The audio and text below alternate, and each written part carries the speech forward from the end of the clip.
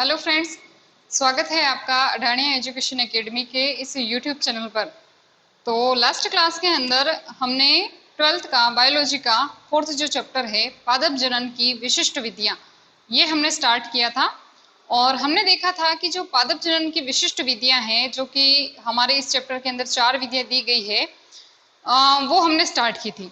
उसमें से भी जो हमने पहली जो विधि थी असंग जनन, वो हमने कंप्लीट कर ली थी। उसकी जितनी भी विधियां हैं, असंग जनन क्या होता है उसके बारे में उसकी जितनी भी डिटेल थी वो सारी हमने कंप्लीट कर ली थी। आज हम जो पढ़ने जा रहे हैं वो तीसरी और चौथी जो विधि है, सेकंड, थर्ड और फोर्थ विधि जो है। जैसे कि सबसे पहली जो विधि हम पढ़ेंगे वो होगी अनिषेक बीजता। क्या पढ़ेंगे आज? अनिषेक बीजता। छोटा सा टॉपिक है, ज्यादा बड़ा नहीं है, और वैसे नाम से पता चल रहा है, और इसे थोड़ा बहुत तो हमने पहले भी पढ़ चुके हैं। अनिषेक बीजता। दूसरा होगा हमारा सूक्ष्म प्रवर्धन। सूक्ष्म प्रवर्धन, सूक्ष्म प्रवर्धन। और तीसरा, जैसा कि हम जानते हैं, कायिक प्रवर्धन, जो कि हम फर्स्ट चैप्टर में पढ़ चुके हैं। तो आज हम कायिक प्रवर्धन की विधि नहीं पढ़ेंगे। हम सब जानते हैं कायिक प्रवर्धन क्या है, और इसे डिटेल में हमने जो पहला अपना लेसन था उसके अंदर पढ़ चुके हैं। आज हम दो विधियां पढ़ने वाले हैं, अनिषेक बीजता और सूक्ष्म प्रवर्धन। अनिषेक बीजता भी बहुत ही छोटी सी विधि है, और सूक्ष्म प्रवर्धन में भी इतना कुछ नहीं है। दोनों विधियां पढ़नी है हमें। तो आज हमारी ये जो है लास्ट क्लास होगी इस 4th चैप्टर की। इसके बाद में हमारे जो 4 चैप्टर है वो कंप्लीट हो जाएंगे। चौथा चैप्टर भी आज आपका कंप्लीट हो जाएगा। इसके बाद में हम स्टार्ट करेंगे जूलॉजी को। ठीक है, अभी इतने दिनों तक हम बॉटनी पढ़ रहे थे, अब हम स्टार्ट करेंगे जूलॉजी को। जूलॉजी के जितने भी टॉपिक हैं वो अब हम अगली नेक्स्ट क्लास से स्टार्ट करेंगे। तो पहले इसे हम कंप्लीट कर लेते हैं। चलिए स्टार्ट करते हैं हमारी क्लास।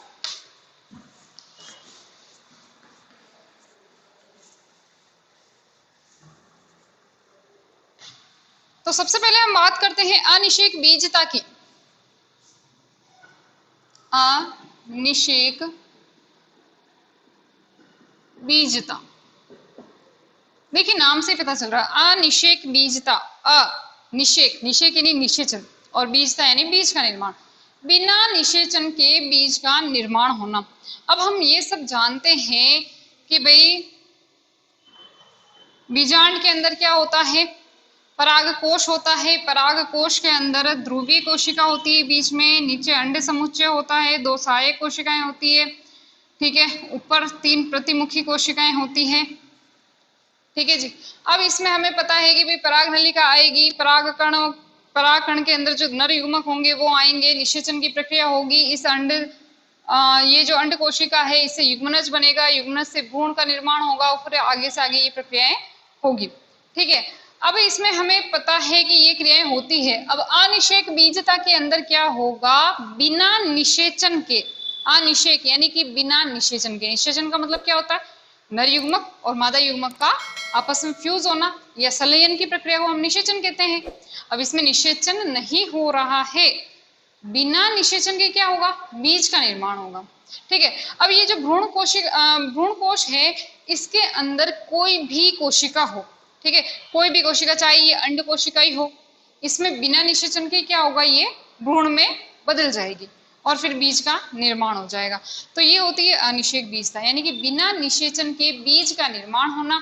भ्रूण कोश की कोई भी कोशिका जो है उसमें क्या होगा, बिना निषेचन के ही वो बीज में परिवर्तित हो जाएगी। इस क्रिया को हम क्या कहेंगे, अनिषेक बीजता कहेंगे। यही हमारा इतना सा टॉपिक था अनिषेक बीजता का। ज्यादा इसमें डिटेल का कुछ भी नहीं, क्वेश्चन बनेगा वो भी छोटा सा बनेगा। ठीक है, चलिए नेक्स्ट अब हम देखते हैं जो हमारी एक लास्ट विधि बची है। कौन सी विधि है, सूक्ष्म प्रवर्धन। सूक्ष्म प्रवर्धन जो है वो क्या होता है वो देख लेते हैं हम भी। देखिए लास्ट हमारी जो विधि बची है वो है सूक्ष्म प्रवर्धन।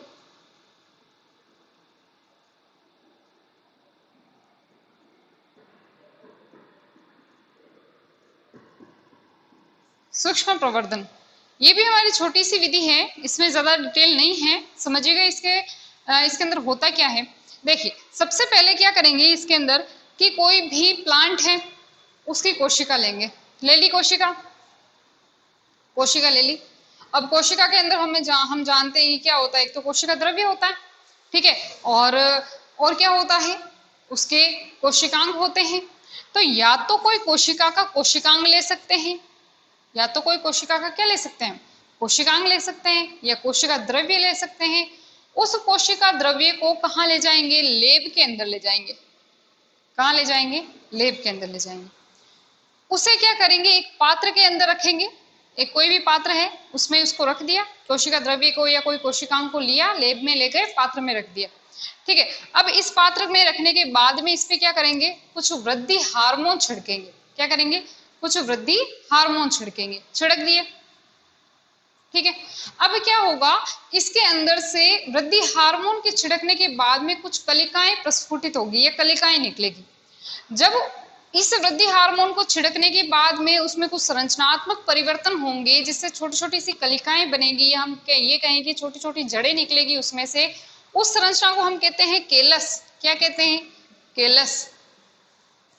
नॉर्मल विधि है, ध्यान से समझिए।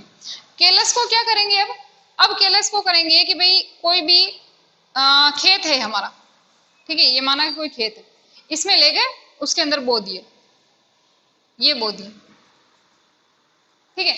अच्छा चलो उदाहरण दे देते हैं।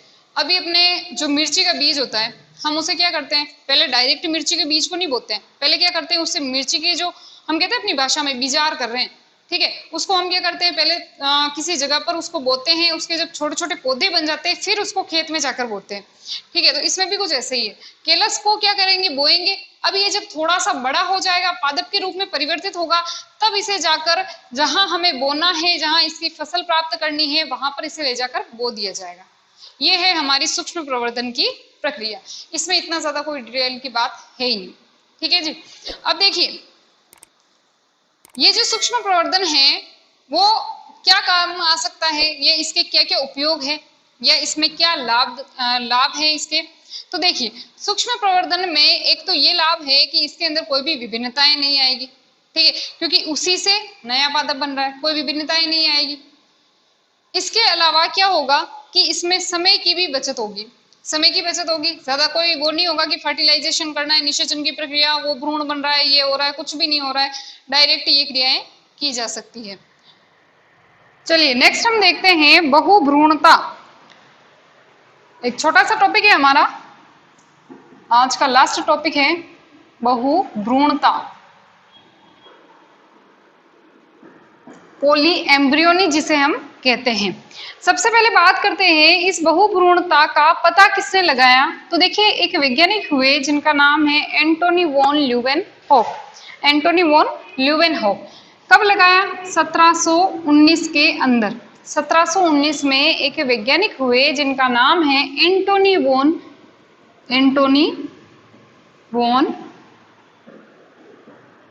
ल्यूवेनहॉक, ठीक है। एंटोनी वॉन ल्यूवेनहॉक ऐसे वैज्ञानिक थे जिन्होंने 1719 के अंदर इस बहुभ्रूणता का पता लगाया या अध्ययन किया।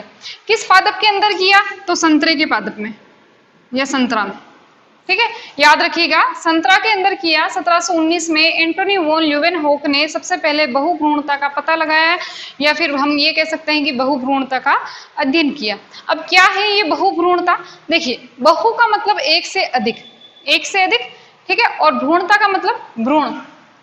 अब हम जानते हैं कि भ्रूण किससे बनता है, भ्रूण जो है जब नर युग्मक और मादा युग्मक दोनों आपस में निषेचन की क्रिया के स्वरूप फलस्वरूप जब एक होते हैं, तब इसमें से क्या बनता है, युग्मनज बनता है, और युग्मनज से आगे, युग्मनज जो है आगे डेवलप करके क्या बनाता है, भ्रूण बनाता है। अब पादप के अंदर भ्रूण कैसे बनता है, हम जानते हैं कैसे बनता है। जो भ्रूण कोश होता है उसमें नीचे की ओर अंड कोशिका, दो सहायक कोशिका, बीच में ध्रुवीय कोशिका, और ऊपर की ओर क्या होती है, प्रतिमुखी कोशिकाएं होती है। जब नर युग्मक व मादा युग्मक का संयोजन होता है, यहाँ पर अंड कोशिका के अंदर क्या होगा, नर युग्मक आएगा, और अंड कोशिका के अंदर जो मादा युग्मक होगा उसके साथ संलयन करके ये क्या बना देगा, युग्मनज बना देगा।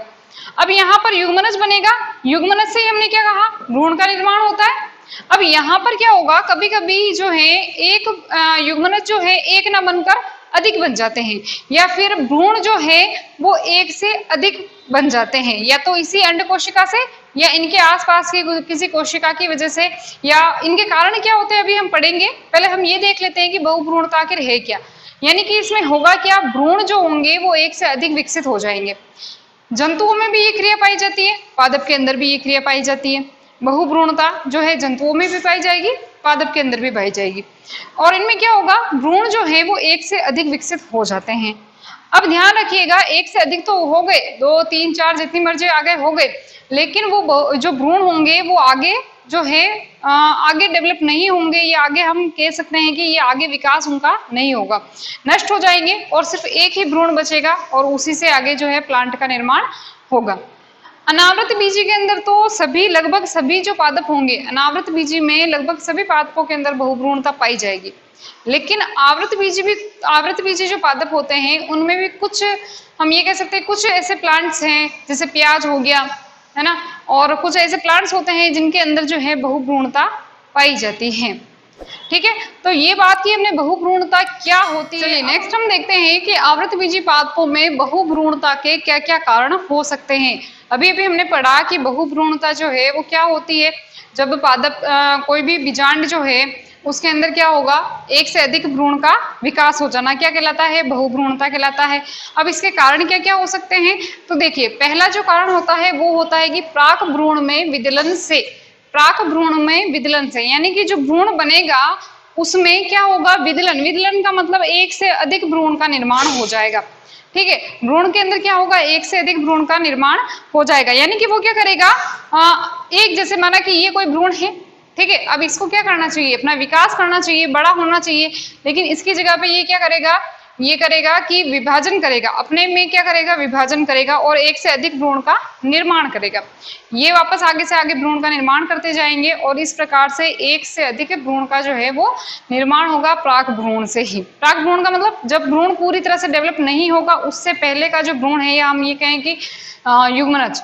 ठीक है, दूसरा है भ्रूण कोश में अंड कोशिका के साथ साथ किसी अन्य कोशिका से भी भ्रूण जो है उसका विकास हो जाता है।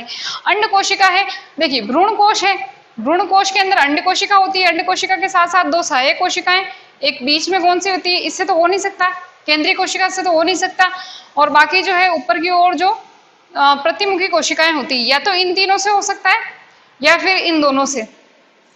अगर भ्रूण का निर्माण हो रहा है तो उसे हम क्या, ये भी क्या हो जाएगी, बहुभ्रूणता हो जाएगी। ठीक है, अंड कोशिका से तो होता ही है, इसके साथ साथ दूसरी कोशिकाओं से भी कभी कभी भ्रूण का निर्माण हो जाता है और इसी को हम कहते हैं बहुभ्रूणता। नेक्स्ट है एक ही बीजांड में एक से अधिक भ्रूण कोशों के विकास से। अब देखिए बीजांड के अंदर हम जानते हैं कि एक ही भ्रूण कोश होता है, ये बीजांड होता है, बीजांड के अंदर बाहरी अध्यावरण वगैरह सब हमने पढ़ लिए थे, बीजांड काय होता है, सब कुछ होता है। अब अगर मान लीजिए कि इसके अंदर एक से अधिक भ्रूण कोश, माना कि ये 2 भ्रूण कोश बन गए, 2 भ्रूण कोश बने, दोनों के अंदर अंड कोशिका होगी, सहायक कोशिकाएं भी होगी, ऊपर की ओर प्रतिमुखी कोशिकाएं भी होगी, बीच में ध्रुवीय केंद्रक ध्रुवीय कोशिका भी होगी। अब एक से अधिक भ्रूण कोश बन गए, तो अब अगर अंड कोशिका एक से अधिक है, अंड समुच्चय भी ज्यादा होंगे। ठीक है, अंड कोशिका एक से अधिक है तो फिर अंड कोशिका में निषेचन के फलस्वरूप युग्मनज बनेगा और युग्मनज से क्या बन जाएगा, भ्रूण बन जाएगा, तो भ्रूण का निर्माण भी तो होगा, एक से अधिक भ्रूण का निर्माण हो जाएगा। तो ये हो गया अपना तीसरा कारण। चौथा जो कारण है कि बीजांड की बीजाणुद्भिद कोशिकाओं की सक्रियता से। अब देखिए हमने अपस्थानिक भ्रूणता पढ़ी थी, जो अपनी लास्ट क्लास हुई थी उसके अंदर अपस्थानिक भ्रूणता पढ़ी थी। उसके अंदर हमने क्या देखा था कि जो बीजांड होता है उसकी बीजांड काय होता है, जो बीजांड काय होता है उसकी कोशिकाएं कैसी होती है, द्विगुणित होती है, 2n की फॉर्म में होती है, और यही कोशिकाएं डेवलप करके क्या बना देती है, भ्रूण बना देती है। ठीक है, तो इसे हम अपस्थानिक भ्रूणता कहते हैं और ये हमने लास्ट क्लास में पढ़ लिया था। तो ये कारण हो सकते हैं कि आवृतबीजी पादप के अंदर बहुभ्रूणता के क्या क्या कारण अगर पूछ ले जाए तो ये चारों कारण हो सकते हैं। ठीक है, चलिए आज का जो लास्ट टॉपिक है हमारा वो है बहुभ्रूणता की सार्थकता। ये टॉपिक है, उसके बाद हमारा जो ये लेसन है वो कंप्लीट हो जाएगा। ये पढ़ लेते हैं कि क्या इसकी सार्थकता है। तो देखिए पहला जो है वो बीजांड काय से विकसित होने वाले अपस्थानिक भ्रूण मात्र पादप के समरूप होते हैं। क्यों होते हैं, क्योंकि इसमें निषेचन की प्रक्रिया नहीं हो रही है। भ्रूण कोश की कोशिका या फिर बीजांडकाई की कोशिका कोई भी वृद्धि करके एक नया प्लांट बना देगी, एक नया भ्रूण बना देगी। तो बाहर के तो कोई भी विभिन्नता इसमें आ ही नहीं रही है, नर जनक जो जनक है इनके वो अलग अलग है ही नहीं, एक ही है, तो इसमें क्या होगा, विभिन्नता ही नहीं आएगी। तो इसके जो लक्षण होंगे वो किससे कैसे हो जाएंगे, मात्र पादप की तरह हो जाएंगे।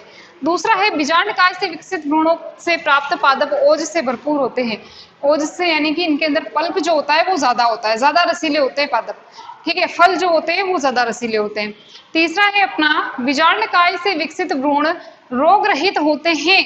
देखिए जो बीजांडकाय होता है, अगर बीजांडकाय की 2n कोशिका से अगर भ्रूण का निर्माण हो रहा है तो इनसे जो बनने वाले पादप होंगे वो रोग रहित होंगे, उनमें ज्यादा रोग नहीं होंगे, ठीक है। चौथा है अपना अगुणित भ्रूणों का कोशिका विज्ञान के क्षेत्र में महत्वपूर्ण उपयोग है। किसमें उपयोग है, कोशिका विज्ञान के क्षेत्र के अंदर इनका महत्वपूर्ण उपयोग होता है। किसका उपयोग होता है, अगुणित जो भ्रूण होते हैं उनका, यानी अगुणित यानी कि एन टाइप की कोशिका से जो भ्रूण बनेंगे उनका कोशिका विज्ञान के क्षेत्र में उपयोग होता है, महत्वपूर्ण। लास्ट जो है अपना वो है इस अगुणित भ्रूणों को